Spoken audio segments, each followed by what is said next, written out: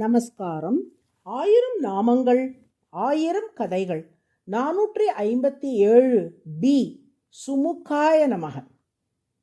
குறிப்பு: 456வது திருநாமம் சூவ்ருத்தக முதல் 463வது திருநாமம் ஜிதக்ரோதக வரை உள்ள 8 திருநாமங்கள் நரநாராயண அவதாரங்களை குறிப்பதாக ஏற்கனவே ஸ்ரீ பராசர பட்டர் விளக்க உரை வழங்கினார்.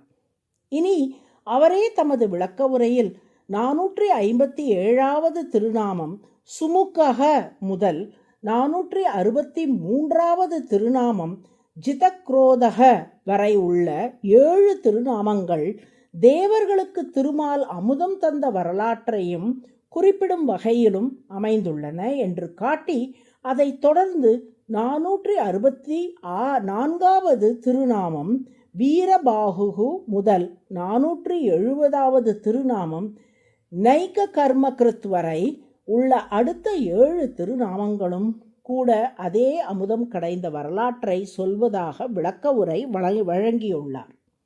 ஆகவே 457 முதல் 463 வரை உள்ள திருநாமங்கள் நரநாராயண அவதாரங்களை குறிக்கும், அமுதம் கடைந்த வரலாற்றையும் குறிக்கும். துர்வாசரின் சாபத்தால் தேவர்கள் தங்கள் செல்வத்தையும் வலிமையையும் இழந்து நின்ற நிலையிலேயே தேவர்கள் அனைவரும் திருமாலின் உதவியை நாடினார்கள். அசுரர்களோடு கூட்டணி சேர்ந்து திருப்பார்கடலை கடையும்படி தேவர்களுக்கு அறிவுரை சொன்னார் திருமால். அதன்படி திருப்பார்கடல் கடையப்பட்ட போது முதலில் ஆலகால விஷம் வந்தது. அதன் வீரியத்தை கண்டு தேவர்கள் அஞ்சிய வேளையில் பரமசிவனின் உதவியை நாடும்படி அவர்களை அறிவுறுத்தினார் திருமால். தேவர்கள் பிரார்த்தனைக்கு இணங்கி விஷத்தை குடித்து தேவர்களை காத்தார் சிவபெருமான்.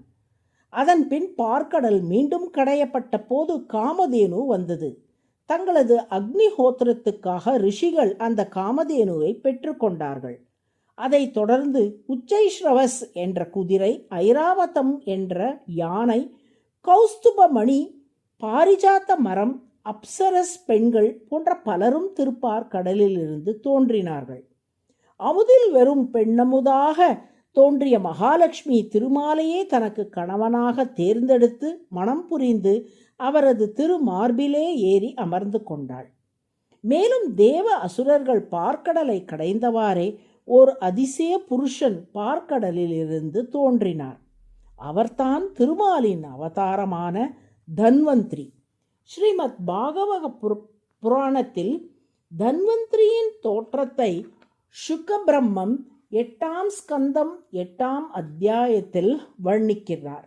தீர்க்க பீவரதோர் தண்ட, நீண்ட பருமனான திருத்தோள்கள், கம்பு கிரீவக, சங்கு போன்ற கழுத்து, அருணேக்ஷணக, தாமரை போல் சிவந்த திருக்கண்கள், ஷியாமளக, கருநீல வண்ணத் திருமேனி, தருணக, இளைஞனின் தோற்றம், ஸ்ரக்வி, கழுத்திலே அழகிய மாலைகள், சர்வாபரண பூஷிதக, திருமேனியில் அனைத்துவித ஆபரணங்கள், பீத்தவாசசக, இடுப்பில் பீதாம்பரம் என்னும் மஞ்சள் பட்டாடை, மகோரஸ்கக, அகன்ற திருமார்பு, சூம்ருஷ்ட மணிக்குண்டலக, காதுகளில் தூய ரத்தினங்கள் பதித்த குண்டலங்கள், ஸ்னிக்த குஞ்சித கேசாந்தக, வழவழப்பான சுருட்டையான கேசம்,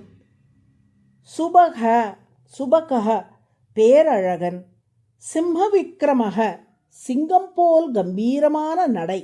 இத்தகைய தோற்றம் கொண்ட அந்த தன்வந்திரி பகவான் தனது திருக்கையில் அமுத கலசத்தை ஏந்தி கொண்டு வந்தார். அந்த தேவா அமுதத்தை தான் எடுத்து தேவர்களுக்கு திருமால் வழங்கினார். கையில் கொண்டு வந்த அமுதம் எவ்வளவு இனிமையானதோ அதைவிட அந்த அமுதத்தை கொண்டு வந்த தன்வந்திரியின் முகம் மிகவும் இனிமையாக இருந்ததாம். ஆனந்தாமிருத சம்பூர்ண வதனேன இந்து காந்தினா கலசாகிருதி ரூபேண கரஸ்தேன விராஜிதம் இதி சுமுகா.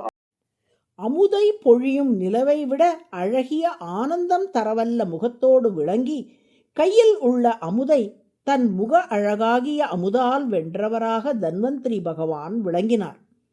அவர்தான் ஆயுர்வேத சாஸ்திரத்தை உலகுக்கு அளித்தவர். வைத்தியோ நாராயணோ ஹரிஹி என்றும் மருத்துவனாய் நின்ற மாமணிவண்ணன் என்றும் போற்றப்படுபவர் அவரே. மருத்துவர்களால் வணங்கப்பட வேண்டிய திருமாலின் வடிவமாக தன்வந்திரி திகழ்கிறார். இப்படி அழகிய முகத்தோடு தன்வந்திரியாக தோன்றியதால் திருமால் சுமுகக, அழகிய முகம் படைத்தவர் என்று அழைக்கப்படுகிறார்.